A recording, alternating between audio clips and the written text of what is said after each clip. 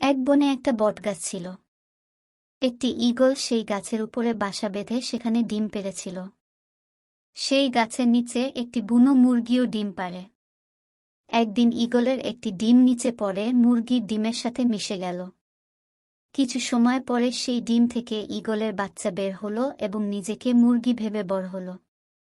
বাকি মুরগির সঙ্গে সে বড় হয়েছে। একটি মুরগি যে কাজ করে সেও একই কাজ করে। সে মুরগির মতো ঝাঁকুনি দেয়, মাটি খুঁড়ে শস্য খায় এবং মুরগি যতটা উঠতে পারে তত উঁচুতে সে উঠতে পারে।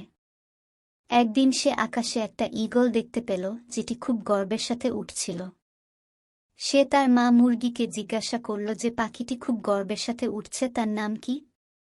মুরগি মা উত্তর দিল, সেই পাখিটা একটা ঈগল। তখন বাচ্চা ঈগল মুরগি মাকে জিজ্ঞেস করল কেন সে নিজে এত উঁচুতে উঠতে পারে না।